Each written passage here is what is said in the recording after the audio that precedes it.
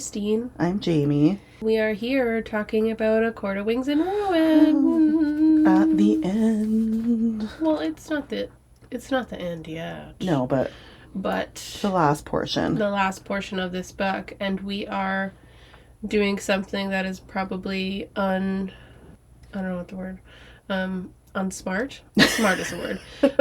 Which is we're covering a lot of chapters today. Yeah. Yeah, we're covering chapters 61 to 75. Yeah. We're really tackling the ending of this book. Yeah. Because we got to get into Christmas, guys, so... We got to get into the Christmas ACOTAR book, so let's move it along. Let's finish A Court of Wings and Ruin, guys. Because I need a rum and eggnog.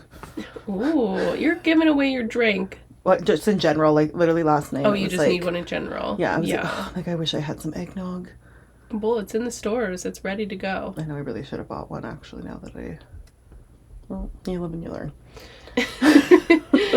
Okay, tell us what you chose to do for the cocktail for this many chapters. What did you pick? It was so hard. There were so many other things I wanted. There were so many to choose from. But ended up, which you had kind of mentioned, to do one for Moore. So it's Moore's Truth. There's a big scene in these chapters for Moore. Yeah. And she hasn't had a drink. She hasn't. That's true. Right? So, yeah, I thought that was a good idea. And it's like a fun looking one, too. Since everything's kind of war and sad at this time, it was nice to do a colorful drink. Yes. And you made the title of it better. Because I think originally I had said, what if we did like Moore's Secret? But you had a better title. I thought you said Moore's Truth. That's just always what I had in my head. Oh, okay. No, Moore's Truth is way better. Oh, I'm so smart. Right? Because it's like, I don't know, secret is more negative than Moore's Truth. Yeah. I like that way better. Perfect. So I did try and do... Wait, let's try it first, then you can tell us. Okay. Cheers. Ooh, good luck. Oh. I have no idea what's in it. It's like a popsicle. It's really good. It is really good. Mm-hmm. Oh, I did not know. I like it. And it's not really like boozy tasting like I thought it was going to be. No, it does taste like one of those colorful popsicles. Yeah. Like the red, white, and blue ones. Mm-hmm. But not like a resort drink, you know? Like I feel like the rainbow one I did was a little resort drink, but this feels a little bit more like upgraded. Yeah. Oh, I like it. Yeah, it's nice and sweet. And so it does have the colors red, blue, purple. Mm-hmm. And the layers actually worked. You actually were successful in this one. Jamie has done several unsuccessful attempts to do the ombre-ish, like several color drink. So you actually did it this time. Good job. I think the key was also making sure that once I reread it, it said with the raspberries to use frozen raspberries. Yeah. Or to make sure they're cool. So I did muddle them in the bottom and then put it in the freezer. Yes. Which helped a lot. Doing layers takes skill. You have to follow the instructions like baking. You can't just skip it or else the raspberries will float to the middle, which happened on your first attempt. Yes. And it was like you really had to like fill the cup with ice and so there's a lot of stuff in this. So frozen raspberries at the bottom. Yeah. Put in a bunch of ice. And then there's a pinch of blue spirulina. And you have to mix that with like hot water. Oh. Yep. And then you pour in white rum, lime juice, and agave.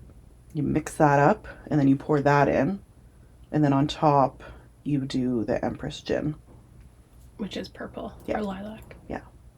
Yeah. So yeah, but it has like the rum and the gin, but it's not really... It doesn't taste strong at all, no. No, but it's a good mix of the drinks. Yeah, it's just sweet enough. Okay, I really like it. Me too. Oh, yay. It turned out way better than I thought it was going to. I was like, it's going to look cool, but it's going to taste disgusting. Oh, that's always the best ones that are a surprise. Yeah. And then the ones that you do, the cocktails that you do, they're like, oh, this is going to be good. And then it's just like, Yeah. So, yeah. Okay, what would you rate it? 8.5. Okay. I'd give it a solid 8. It's hard to rate it, but it'll be higher up there for sure for me. Yeah. The rating system is out the window by this point. I have no idea. Yeah, it's really good. Yay! Oh, you didn't even explain why it's Moore's truth though, and the Oh, colors. yes. So for the colors, it's for bisexual. The colors are like pink, blue, and purple. So when she confesses to Farah that she is mainly attracted to women. Yeah. So that was Um, the other thing in our sort of conversation with it is Moore doesn't label herself, yes. so we don't know if she labels herself lesbian or bisexual Yeah. or whatever. So Jamie just took a creative guess Yes. Because and she did does say she's, bisexual. yeah, she likes to still sleep with men, or she will. But I Yeah. think she's mainly attracted to women. And also, the colors just worked for that as well. But yeah, so I liked it. And I liked this part for more. I feel like, which we'll get to, but it's just kind of, you understand her a lot more. Yeah. Okay. Okay, let's jump into these chapters because we have a lot to talk about. So much. Okay, I'm gonna have another sip first.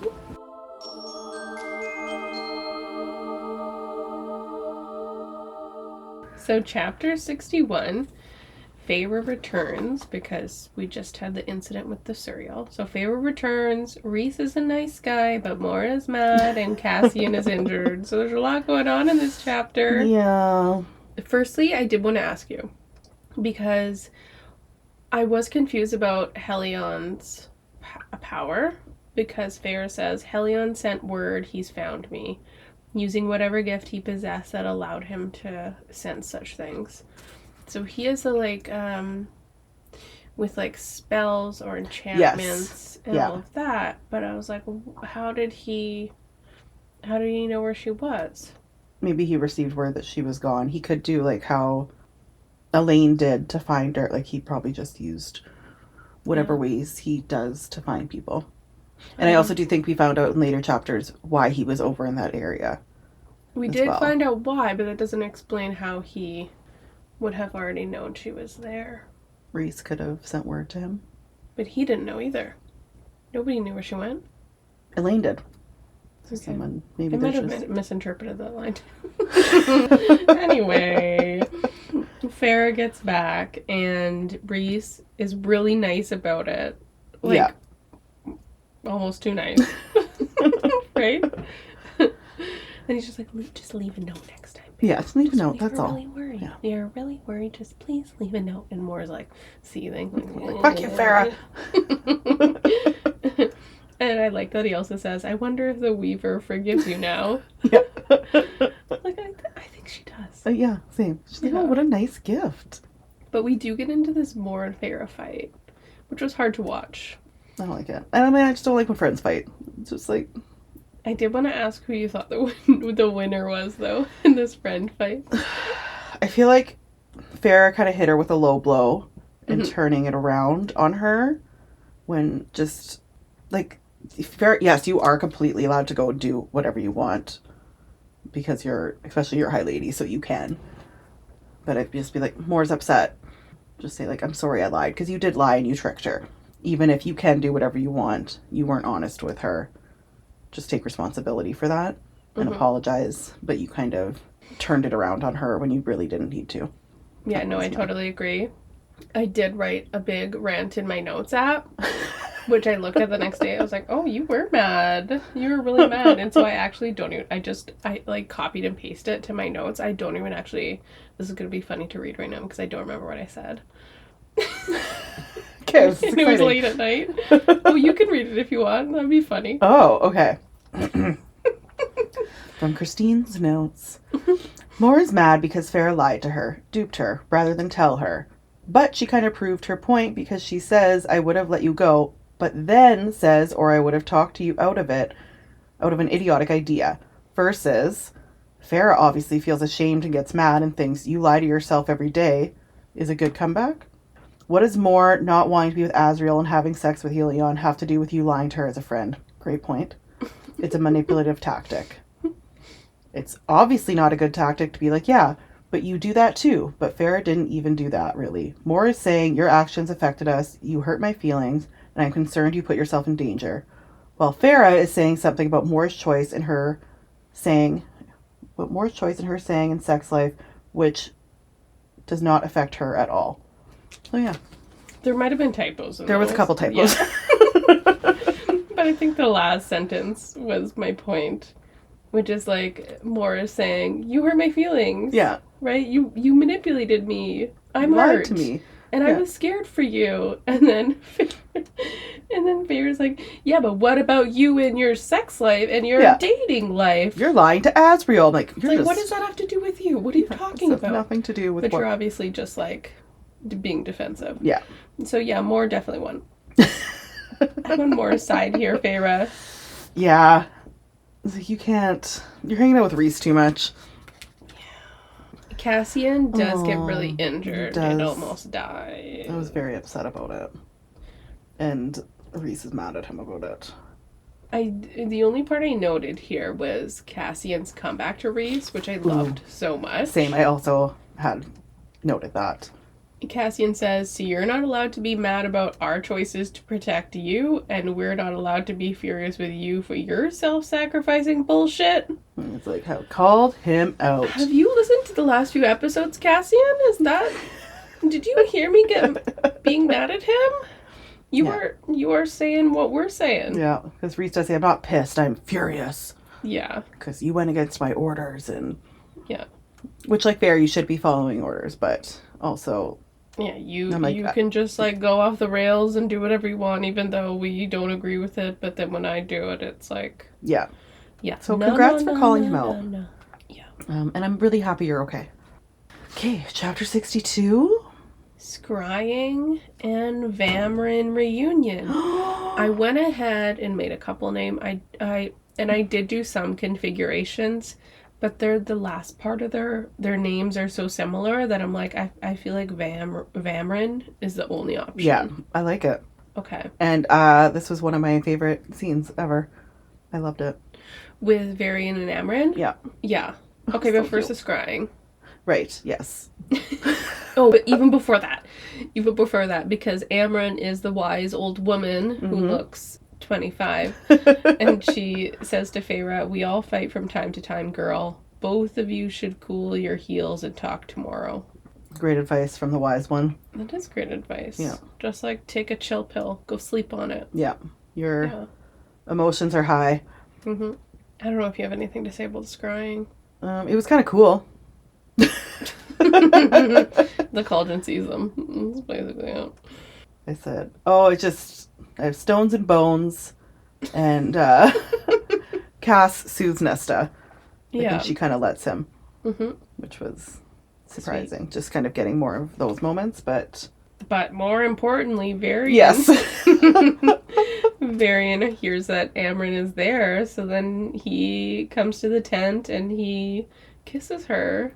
Okay. It says, "And none of us dared to speak as Varian dropped to his knees before Amren's chair, took her shocked face in his broad hands, and kissed her soundly."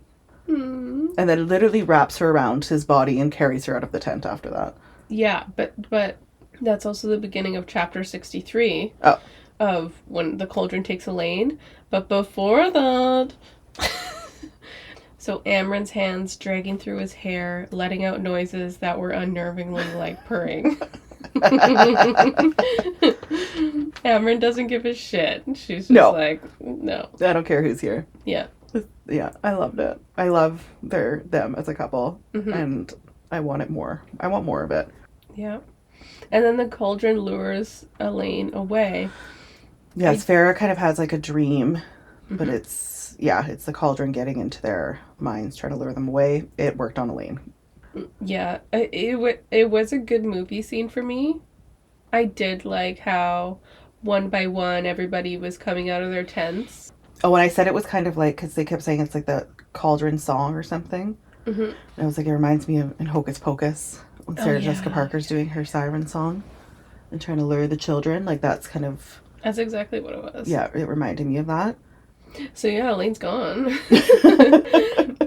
Chapter 64, we're trying to make plans to get Elain back. Yes. And as like, I'm going. Yeah, obviously, because Asriel is her rock at this point. I love he's like, "I'm getting her back," and Nesta says, "Then you will die." And then he just like, "Yeah, I'm getting her back." Yeah, like so supportive, Nesta. Yeah, Nesta.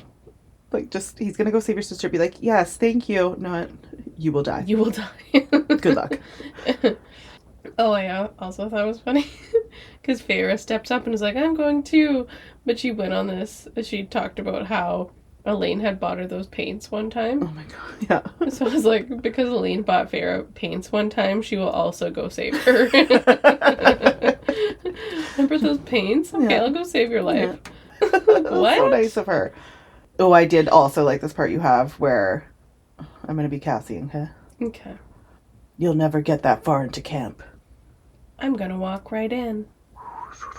And then Feyre transforms into Ianthe. I totally forgot about this. That was so smart of her. Yeah, I loved it. And I forgot how much I love this part of the book. Yeah, I love that too. She did come up with that very quickly. Yeah. She's I like, know. Az, give me your siphon, which is Yeah. bold. And then goes to make a whatever it's called on her head to Yeah, hold it. it's so to hold smart. it. Oh, And also Reese just had the best pep talk, which I enjoyed. what do you say? He says, you do not fear, you do not falter, you do not yield. And then also he said a couple other things, and then I think the last thing he says, remember that you are a wolf and you cannot be caged. Ooh. Yeah. Wow. What a he's like, yeah, you go get your sister and I'm gonna pump you up. Right. So I Versus really- Tamlin would be like, get in the house. You get back in the house. Or I'm sending 20 guards with you. Okay, so we're off on a Farah and Az adventure. Yeah. Chapter 65, Feyanthe. Ooh. That is not a couple name. That is just Feyre pretending to be Ianthe. Yeah. And then Elaine's rescue. And then the Archeron sisters' spoon. Mm. So first, I love dress up time, I just want to say. I love Feyre walking through the camp as Ianthe. It's so fun. She thinks I steadied my heart, became her, preening and coy, vain and predatory, holy and sensual. Yeah. That'd be so fun to be Ianthe for one minute. Not her evilness, but just like pretend, because she's such a character, such like an evil, very distinct, like classic villain. But like those descriptive words were perfect. Yeah, I for agree. What she is. And Jurian joins in on the fun. I love. He knows right away. Yeah. He's like, you've been trying to get me for weeks. Like, go with that. Oh, Jurian, so smart. How much do we love Jurian? Yeah, I so really perceptive. love him. And that he also like knows Az is there. Yeah. When he's like giving them information and everything. And we have to remember too, Jurian is human. Yeah. Right? It's not as if has face senses. As far as we know, they don't say anything about like him. No. Maybe he might. I feel like maybe like if they brought him back to life, but they don't say anything about that. No. But like maybe he has like a little bit from his heritage or something, because I feel like he can really like sense things. Maybe he's just really smart. Or that, yes. And because he was kept in a ring for 500 years, he just like got so perceptive. Smart. Yeah. I don't know. I love this for Tamlin at the end when they're escape. Oh, do you have something before that? Oh, I just love when they actually go in to find Elaine and Farrah's doing like her chance for like that's what she's going in, and then she does want to save the human girl. Would you do that? Was my question. Yes, like I would hope that I would. Yeah. But do I have it in me to like leave her to save my sister? Yeah. Yeah. So like I feel like a lot of people would just be like, no, we just came here to like save Elaine. Like we need to do this and get out. I would be that gutless. Yeah. But then I was like, but do you guys have time? Like it was so like.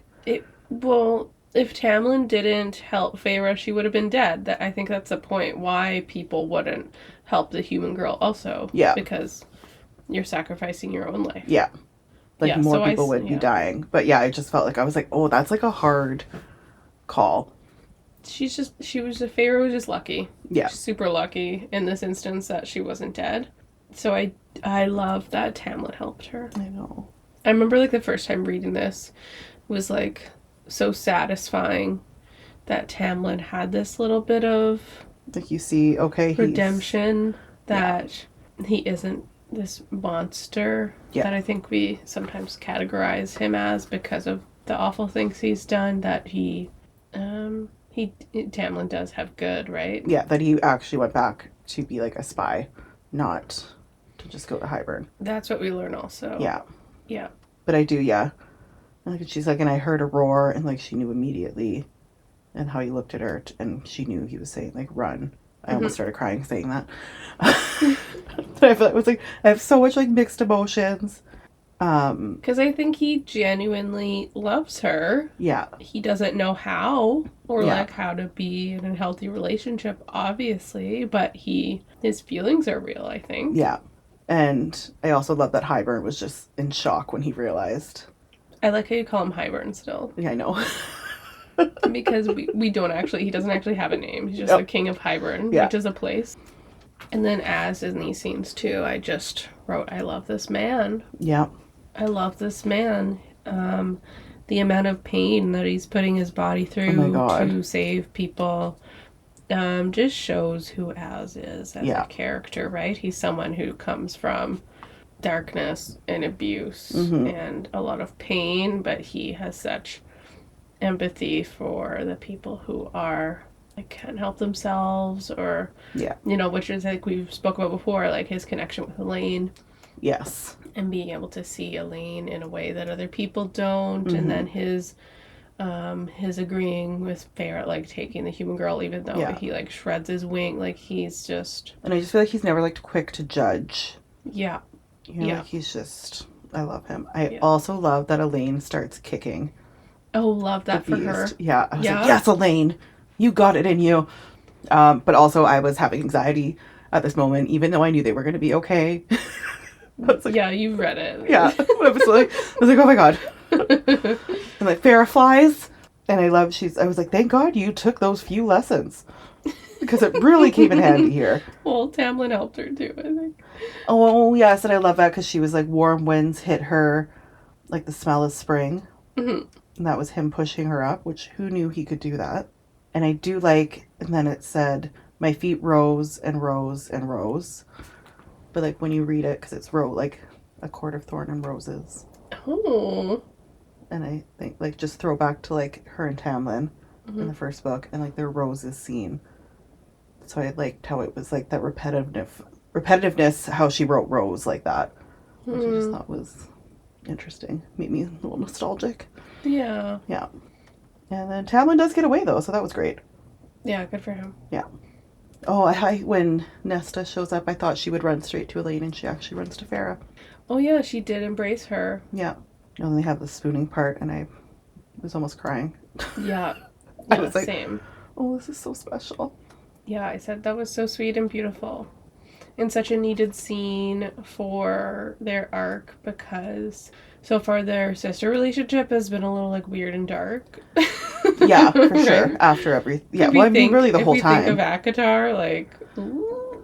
Yeah. And then even just this book and Nesta and Elain and where they've been at mentally is just like, and even, not even in Akamath. Like, none of it has felt like their relationship has been fantastic. So this really sweet moment where they go back to how they used to have to sleep when they were poor and didn't have heat, and they had to use each other's body heat for survival. Now they're doing it as a choice, and they're doing it as a form of like affection. Yeah, is like a totally different scene and feels like really like a nice circle come all the way back around to something really nice and beautiful.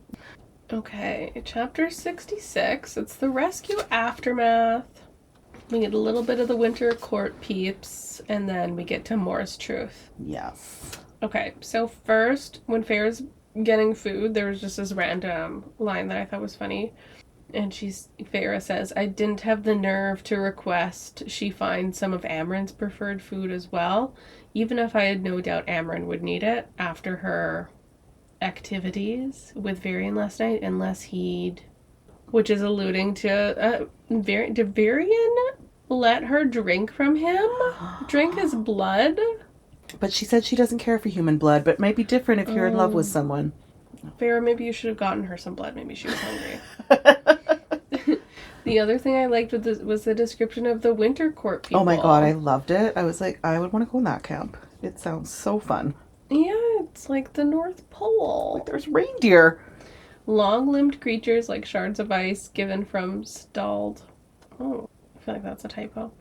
Past tall enough to plant the cobalt and silver banners atop various tents. Wagons were hauled by sure-footed reindeer and lumbering white bears in ornate armor. Some so keenly aware when they ambled by that you wouldn't have been surprised if they could talk. White foxes scuttled about underfoot, bearing what looked like messages strapped to their little embroidered vests. So cute. What? It's like the otter. Yeah, it's like the otter in Crescent City. Yeah. Just this little creature, like, carrying around messages. Like, why don't we have that still, guys? And then it reminds me of the Golden Compass, where the polar bears actually do talk. Yes. Oh, it is very Golden Compass-ish. Yeah. Oh, I love it. Okay, so we have Moore's Truth. What do you gotta say? It explains a lot. Like, obviously this time around I knew it was coming, so reading it before I was like, had it in like the back of my mind. I do like that she does finally open up to Farrah because she obviously hasn't told the rest of them.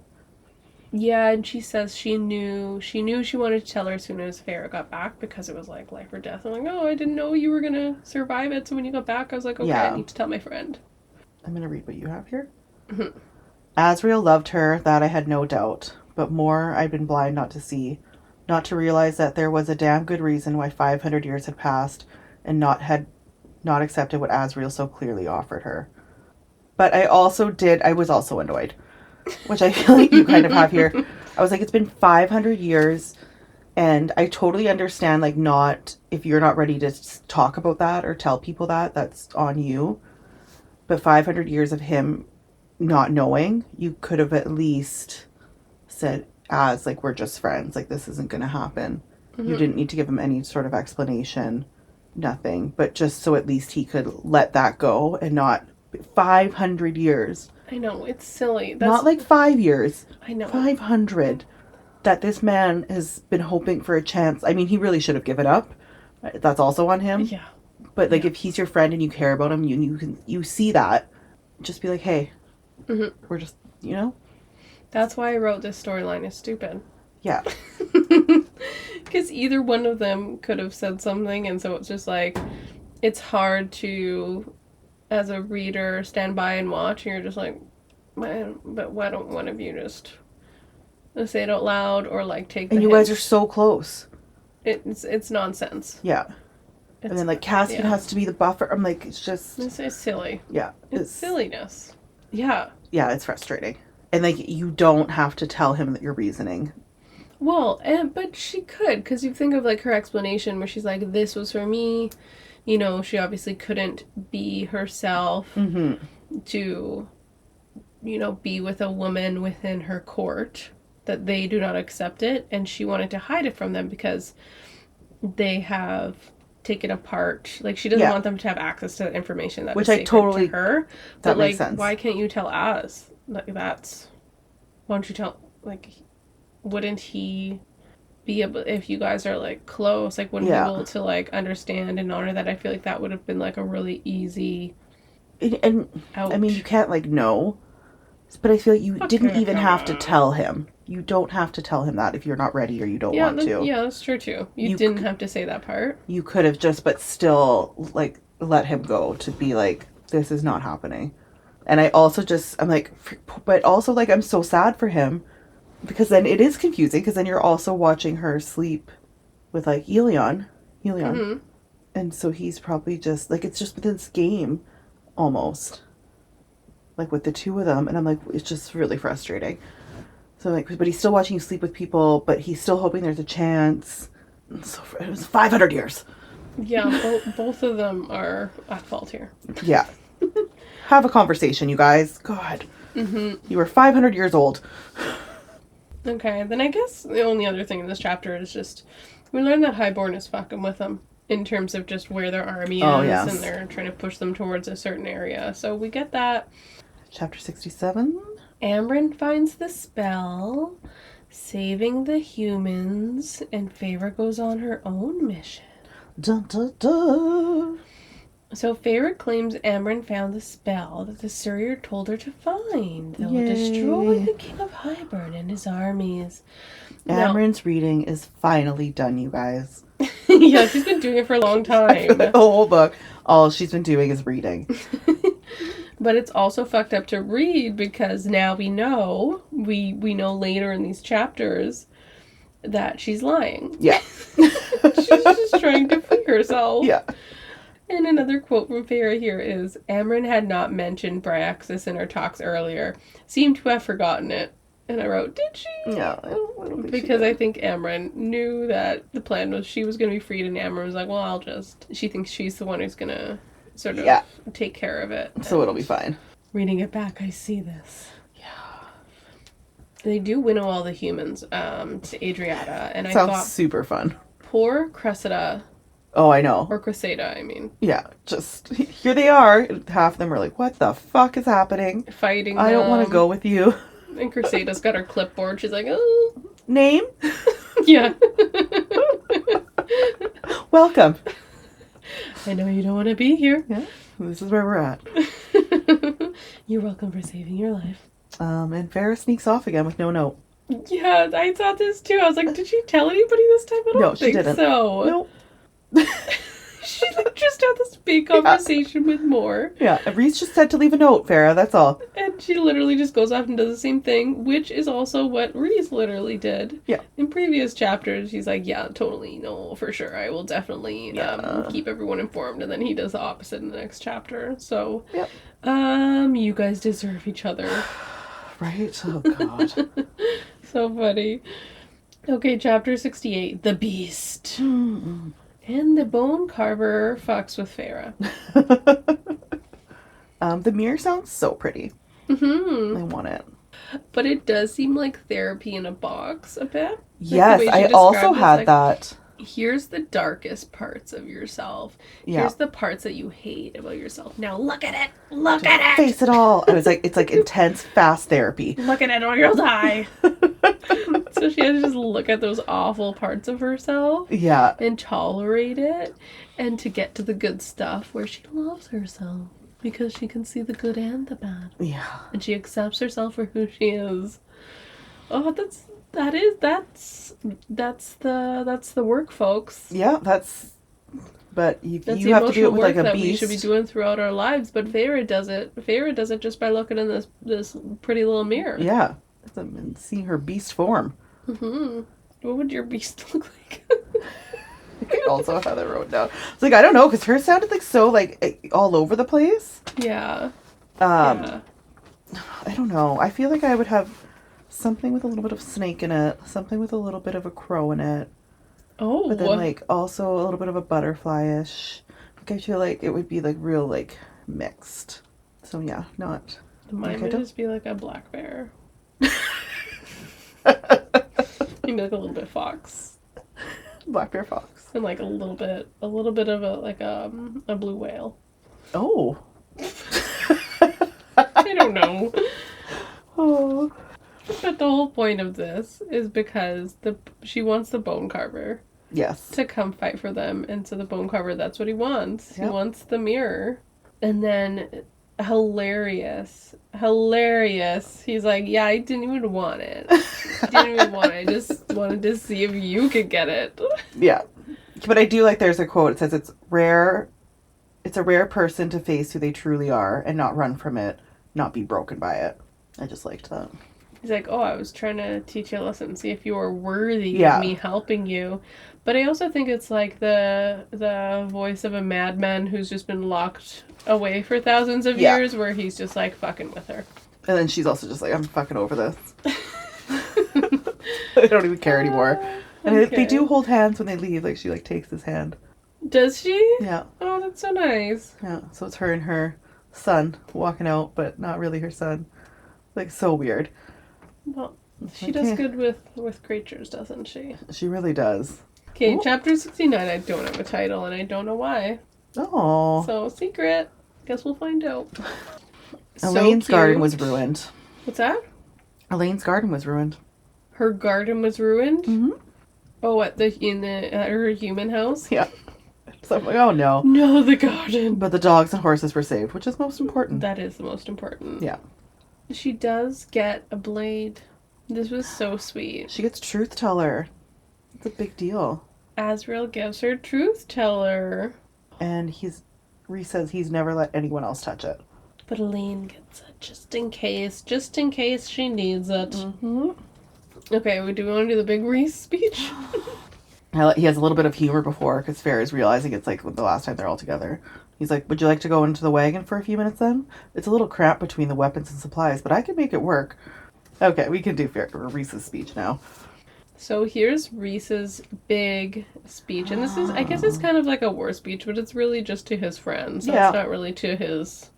I believe everything happens for a reason, whether it is decided by the mother or the cauldron or some sort of tapestry of... Why do I always have typos? I don't know. I don't know. I don't really care, but I'm grateful for it. Whatever it is, grateful that it brought you all into my life. If it hadn't, I might have become as awful as that prick we're gonna face today. If I had not met an Illyrian warrior in training, I would not have known the true depths of strength, of resilience, of honor, and loyalty. If I had not met a shadow singer, I would not have known that it is the family you make, not the one you're born into, that matters. I would not have known what it is to truly hope, even when the world tells you to despair. If I had not met my cousin, I would have... If I had not met my cousin, I would never have learned that light can be found in even the darkest of hells, that kindness can thrive even amongst cruelty. If I had not met a tiny monster who hoards jewels more fiercely than a fire drake, my own power would have consumed me a long time ago. And if I had not met my mate, I would have waited 500 more years for you, 1,000 years. And if this was all the time we were allowed to have, the wait was worth it. I believe that everything happened exactly the way it had to, so I could find you. We have not known each other for long, but I have to believe that they were brought here into our family, that you were brought here into our family for a reason too, and maybe today we'll find out why. Commentary. Week ending. I don't know, because everything was like so nice. And then he got to his sisters and he's like, it's nice to meet you. Like, no. Okay. Oh, we will walk onto that field and only accept death when it comes to haul us away to the other world. We will fight for life, for survival, for our futures. But if it is decided by the tapestry of fate or the cauldron or the mother that we do not walk off that field today, the great joy and honor of my life has been to know you, to call you my family, and I am grateful, more than I could possibly say, that I was given this time with you all. That was a good ending. Let's fight! There's just like this weird scene where Feyre reveals her tattoo, and it was all just like, Feyre, is this the time? Right, well, they're technically, I like it at first, it's like a magic fight. Yeah. It's just, Emmerich, I forgot how boring this part is. So this is when Farrah's like... Feyre's like, look at my tattoo. Yeah, she had time to get a new tattoo, guys. Yeah, when was this? What are you talking about? I was like, I also forgot about this. I was like, what? Yeah, that was just a weird part. So when we get into battle, and so all of the glamours come down, we finally get to see like, oh, here's my army, here's your army. Surprise! Suddenly, there's the bone carver and Bryaxis, and then we see the weavers show up, and it's like, oh my god, all the creatures! Yeah. Farrah surprises it with the bone carver, and then Reese surprises Striga. Yeah. And then the brother and sister see each other. So it's a little trio family reunion. Right, and I do like how the bone carver was kind of like looking like sideways, like, oh like shit. Not really, like he seemed scared. Well, I think he is a little bit scared of her, he said. She's like, not sure. Then he's like, okay, let's fight, sister. Please don't hurt me. Great to see you. It's been a while. Okay, chapter 70. Others join the war. Kyle and Florian work to destroy the Faebane. The gals tried... The gals try to find the cauldron, and Nesta saves Cassian, and the bone carver gets murdered. Oh, There's so much that happens in this turn. Jesus. Oh, also, the Weaver, Straga, love how she has Ianthe's jewel on. Oh, I love that for her. Yeah. Yeah. So she's probably like, this is mine now. yeah. This is mine. This She is probably pretty. she probably just looks really ate young you. right now, too. Oh, yeah. She she's- probably looks great. Yeah. Oh, I also did want to ask, who would you want to be between Bryaxis, the Bone Carver, or the Weaver? Who would I want to be as, like, a creature? Yeah. Oh, my gosh. Oh, that's a hard one. Because I think each of them are appealing. Right? Because I've said before, the bone carver, he's just in his little cave, and he's just happy with, like, his visitors and stuff. But I would probably go with the weaver. Yeah. Just because she has a cool little cottage, and she at least has some scenery, right? She can look out the window, and she has this, like, cool, like, spooky forest, which is really nice. And she gets to, like, weave hair and make things. And she has her knick-knack shelf. Like, that feels very me, for sure. See, that's what I also thought. I was like, but Bryaxis gets to live in a library. Yeah, which is also really cool. Especially once they get there. The skylight? Yeah. That also seems appealing. Yeah. It's a hard choice. Then the King of Hybern attacks with his cauldron, and he just missed is the wrong word, but just like missed is what Reese has already done. Yeah, like destroy the Illyrian warriors in the sky, and they all just like turned to dust. But because Nesta felt it coming, she calls Cassian back, and it saves him. That was wild. Yeah, that was so intense. And they're all like, I don't know if Cassian realized that he just saved her, like, or she just saved him at first. He's like, what? What's wrong? Yeah, and I think Reese said something like his guilt, like Cassian's guilt when not being with them while that happened, that he was the one saved, like that's gonna haunt him. Yeah. But like, I don't know. Good job, Nesta. And then the king uses the cauldron again and kills the bone carver. No. I do not remember this happening the first few times around I read this book. Same. And then Ferris says, like, that looks back and, like, smiled at her. Yeah, because he's just, like, content, right? Like, this is great. This is what I wanted. This was fun. Yeah. Bye. I guess you couldn't have been along for that long. He's just like, all right, death is whatever. Yeah, that was sweet. R.I.P. Bone Carver. Chapter 71. Amryn and Feyre head out alone, and then so many fucking ships and new people. It's like the timing of everybody. Right? I was like, how was this timed out so perfectly? Also, like, Elain and Nesta start getting sick, and they're like, no, I guess they can't come. I was like, what, are they going to be puking for the entire walk? Like, no, ladies, pull your socks up. One of you could probably still come. Yeah, so Feyre and Amryn head off, but then we get all these ships. Yeah. A horn blasts, and there's a armada of ships appear in the horizon. So there's more of Hybern's army coming, but there's another horn. And then we get the winged soldiers heading towards them.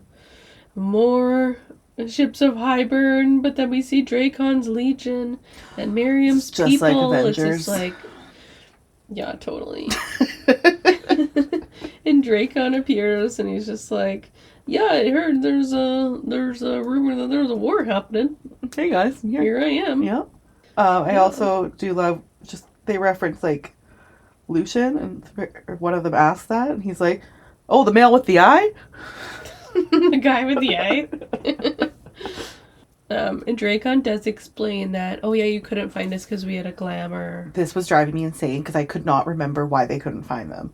Oh, that seems like obvious though, right? No, like, I didn't. Don't they like glamour everything? Like we've gotten in these chapters, like so much glamour is happening, right? Yeah, I didn't think of it though, but I was like, I can't remember where they are. And I was like, well, that's frustrating. Yeah, they just can't see them. Yeah. Yeah, and then we also realize that Vasa is there, that Lucian went and grabbed her. Yep.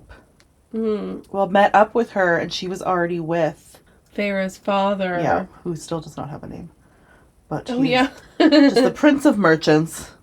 I did this part. I was just like, just their father showing up. And Well, just like, this part, yeah, I didn't like it. oh, and he said, he's told me he's got 3 young daughters who live here and that he failed them for many years, but he would not fail them this time.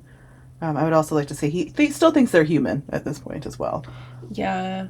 And then he also just, like, left them alone for a year by themselves. He just, like, took off and didn't say anything. They're adults. I think, like, later on, it's kind of, like, they put the timeline together, realizing, like, oh, he went to this meeting. That's why he left, was to go to this meeting. And then he put together what was happening with, like, the queens and then started to try and, like, rally and do all this stuff. But then he also has 3 ships with their names on it. Yeah. I was like, what? That's... What? Just reading, I feel like I was supposed to be more emotional about their dad.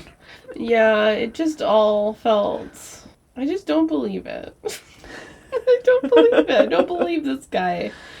This guy who wouldn't get up forever. Yeah. And find some fucking food. Now is rallying ships and has named them, and I don't know. It's a fair point. But I guess I have to believe it because it's not my book. Yeah. Chapter 72. Bassa is a firebird and Nesta acts as bait. I don't know if I have anything to say about Bassa. I like that Reese keeps trying to give orders. Like, he told Az he couldn't fight, he would tie him to a tree. And Az is finally, he's just like, cool, I'll rip off from that tree, I'm going to fight. And then he says no about the Cassian and Nesta thing. And they're like, no, like, we're doing it. Like, Reese, nobody is listening to you. Yeah, so they just do it anyway.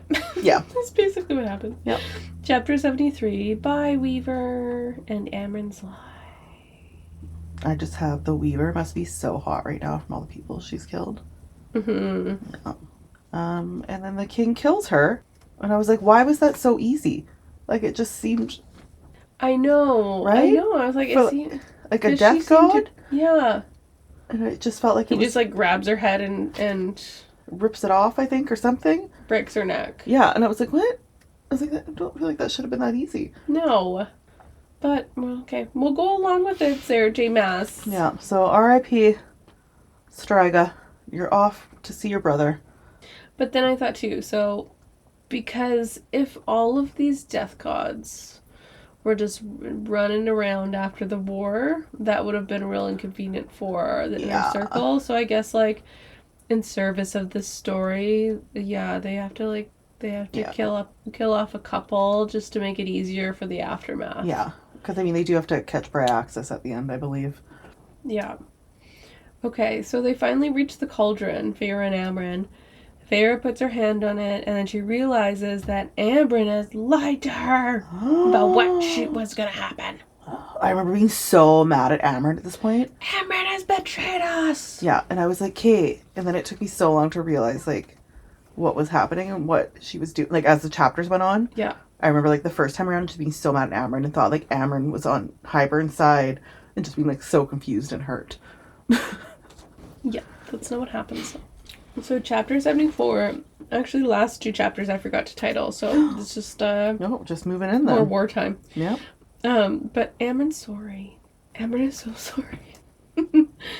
And I still have to wrap my head around it a little bit. I'm just like, why is everyone lying? Yeah. So we do come to learn later. So I'm not going to say it now because as I kept reading, I got the message. Yeah. But Feyre gets to see through the eyes of the cauldron, so she gets like a bird's eye view. Yeah, of everything that's going on. Which is also convenient for the story because then we get a little bit of a storyteller about what's going on. And something really fun that she sees is Reese and Helion changing into beast form, right? Which I also forgot about. Then I saw a thing on Instagram the other day, and it was like a reel of like each High Lord's like beast form and like what it would be or look like. And I was like, right. Yeah, because we get Tamlin in beast form, and we learn... I don't know if it was an Actar or Akamath that, like, all of them have beast forms. But then we don't really think about it again, right? So then in this... It's just like a cool reminder. It's like, so cool. Okay. So the king finally winnows to Nesta. But Nesta doesn't attack him because the king is holding their father. Papa Archeron. The Prince of Merchants. And then he snaps his neck. That was sad. That was super sad, and it happened really fast. Which I'm kind of happy for the sake of the story that it wouldn't like drag on. I But do like then, at one yeah. point Nesta just says really quietly, "I'm going to kill you." It's scary. Yeah. Cassian begins to fight the king, but he's losing, and so Nesta does think that it's a good time to cry over her father and kiss his brow. And I thought, ma'am, use your power to help your man. Well, she does. Yeah, but like, time's a tickin'. Time is a tickin'. You don't need to kiss your father's brow when Cassian is near death. Well, you never know how you're going to react in those situations. I would react though. perfectly. Perfectly. Screw you, Dad. I'm going after my man. Well, he's already dead. Yeah, you're the shock of it. No. Not the So judgmental. Oh. She eventually does try to help, but she doesn't help. No, she doesn't have control over her power. Like, she doesn't. Yeah, but she does like, try and lead him away. And then Cassian's like, "No, you go." And then she's like, "No, you get up." And then he's like, "No, you go." And then I thought, like, "Shut up, you ding dongs." Figure it out. Cassian, just tell her how she can help. Stop trying to send her away. Oh, and then we get the romance. Mm-hmm. Oh. So Cassian says, "I have no regrets in my life, but this, that we did not have enough time, or that we did not have time, that I did not have time with you, Nesta." Oh. And then Nesta throws her body on Cassian to protect him. Oh, and they kiss. "I will find you again in the next world, the next life, and we will have time, I promise." The king goes to kill them, but he stops. Nesta looks up, and there's a blade through his throat. Because Elain has stabbed him with Truth Teller. Yeah! I totally forgot about this. I know, and you know what I thought? Elain! Get that bitch some warm milk. She deserves it. She said, "Don't you touch my sister." The milk gave her strength. Strong bones. Yeah, she says, "Don't touch my sister." Yeah. Oh, so great. Okay, chapter 75. Nesta beheads him like a lunatic. Yeah, and smiles as she's doing it. She holds up the head and just stares at it. I said it was hot and gross. I do like so it's still like Farrah's point of view, and then they see that Drake and Miriam are fighting Jurian. I know, what are the guys? And I was like, really? This is a wait, guys. Yeah. He's clearly on your helping side. you. He brought an army to help you guys, and you're wasting your time with him. Yeah, deal like, with that later. Whole Highburn army. Yeah. It's just like, oh my god. Okay, so we finally learn that the spell that the Suriel told Farrah to tell Amren was not actually to nullify the cauldron. Yeah. It was to release Amren. That was kind of nice of the Suriel to do. Yeah. So I guess it wasn't exactly what they thought, but it wasn't Amren betraying them. It was like when Amren is in her real form, then she could wipe out the army. So that was kind of her plan. So it isn't really a betrayal. It's just like, no, I'm doing it's not really the same thing because the cauldron is still going to be in play, which is kind of shitty. Yeah, but it was something. Yeah. It's so sad, the scene where Varian doesn't want her to do it. But, like, where does he come from, though? Just all of a sudden, nowhere. Like I feel like it was such an issue for them to get to the cauldron. I know, and then people are just showing up. Yeah, and also, they're like, "I'm here." Yep, and strolled over here. Easy peasy. Yep. I guess I could have winnowed. Yeah. It's fine. I want to get into it. So many questions. Farrah reminds her that she'll be gone, that when you're free, you won't remember us, and, she knows Farrah. But Amren says sweet things, that being here was a gift, that her time with them was a gift. I did really enjoy this part in her kind of explaining, like, how she used to watch humans, and that she actually thinks that, like, her father gave thought it this was to a her as a punishment. gift. Yeah. But I think, that it was actually a gift for her time with them. Yeah, because she was so curious about humans and how they lived and stuff. And she tells Varian that she thinks she learned to love with him. It's really sweet. And It's then- really sweet. Yeah, and she says to tell Resend or whatever to leave a cup out for me. Leave me out a cup of blood, Kay. She does, when she first comes out, Farrah says she kind of pauses and looks at them. And she says it's as if to say, I remember you. Mm-hmm. And I also love as this is all happening and she like is released and Reese is screaming, nobody run. That's because she tells them before she goes She'll in, get ya. don't run or I will kill you. She'll get ya. Oh, so funny. Yeah, and that's it. Oh, That was it. oh my gosh.